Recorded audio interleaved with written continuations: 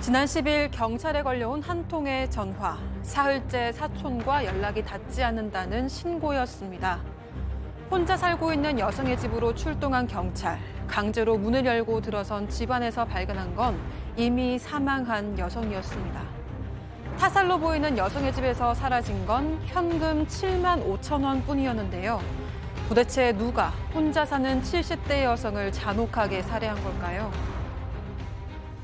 자, 이게 지난 10일에 있었던 살인 사건이네요. 네, 언니가 사흘째 연락이 안 된다. 이런 사촌 동생의 신고를 받고 출동한 경찰이 집에 가보니까요. 이 70대 여성이 숨져 있었던 사건입니다. 이 피해자의 집에서 사라진 건 현금 7만 5천 원 뿐이었습니다. 또한 발견 당시에 이 피해 여성에게는 다수의 자상이 있었고요.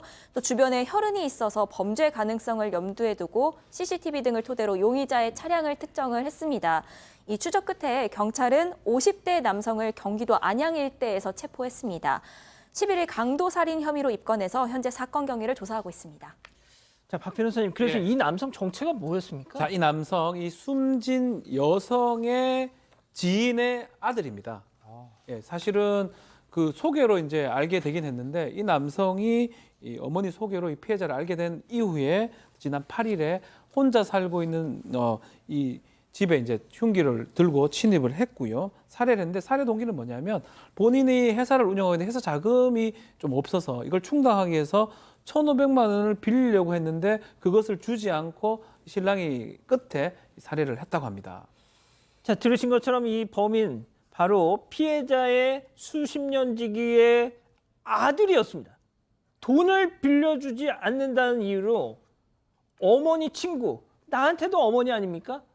살해했어요. 두 번째 사건, 체크포인트 짚어보죠.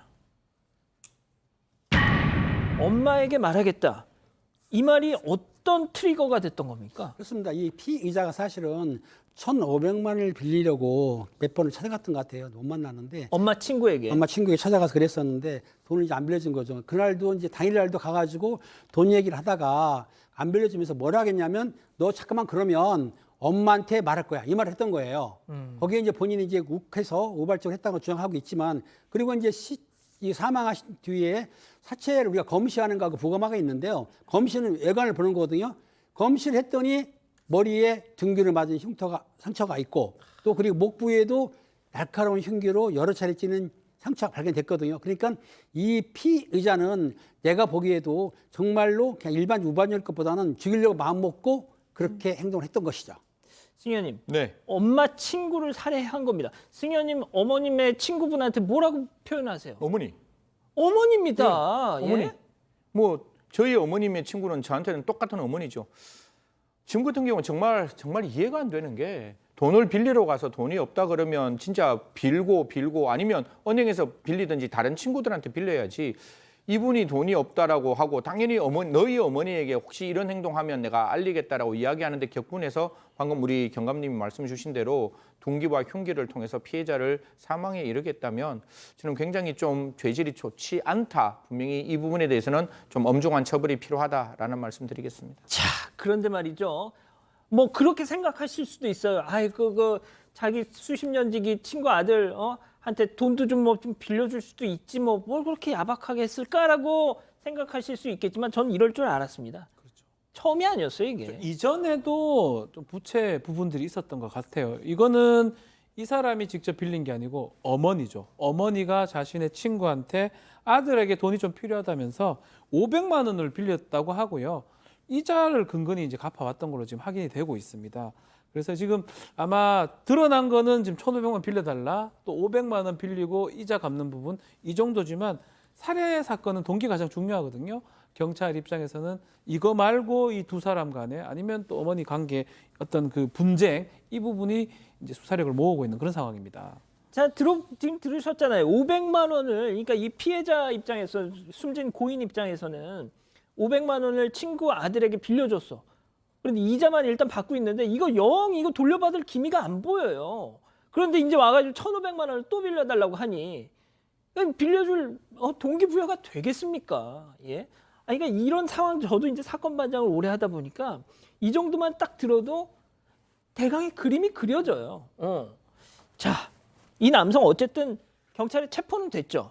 네, 이 사건이 벌어진 건 광주광역시인데요. 근데 범행을 저지른 이후에 차량을 이용해서 경기도 안양까지 도주를 했습니다. 그래서 이 경찰은 도주에 이용한 차종을 특정해가지고 수사에 나섰고요.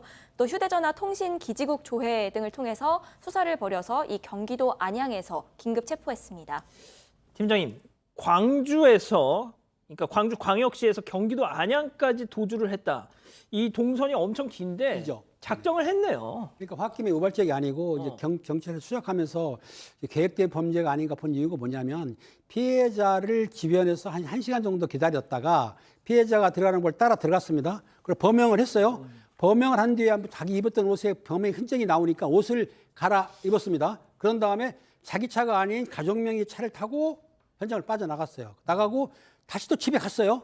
자택에 가가지고 다시 또 옷을 갈아 입었습니다. 갈아입은 다음에 아까 말씀한 경기도 안양으로 도주했기 때문에 본인이 범행을 한 흔적을 없애기 위해서 2번씩이나 옷을 갈아입고 기다렸기 때문에 이거는 계획된 범행을 하고 경찰은 보고 있는 거죠. 예. 자, 지금 누렁이 님이 딱 그 말씀 하시네. 그 도망갔을 때 타고 갔던 차 팔면 1,500만 원 나오지 않겠냐고. 자, 승현님. 그런데 네. 이 사건이 정말 너무너무 참담한 것이 그 피해자를 살해하고 훔쳐갔다는 돈의 액수잖아요. 아까 저희들 제일 처음에 이야기했을 때 7만 5천 원이 전부였다라고 나오는데 사실 이 사람의 마음속에는 7만 5천 원이 아니고 더 많은 돈을 훔칠 수 있고 또 빼앗을 수 있다라고 생각했겠죠.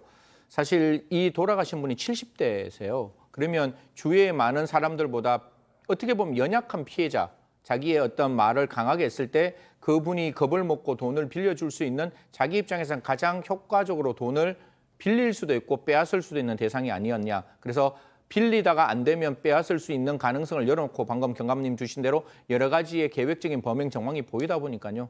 어떻게 보면 결국 살해 후에 7만 5천 원을 훔쳐 나왔지만 저 남성 우리 대한민국에서 가지고 있는 가장 중한 형벌을 선고받을 수 있는 가능성도 열려 있는 중한 살인 범죄를 저질렀다. 그 미래는 완전히 다 지워졌다라는 말씀 드리겠습니다.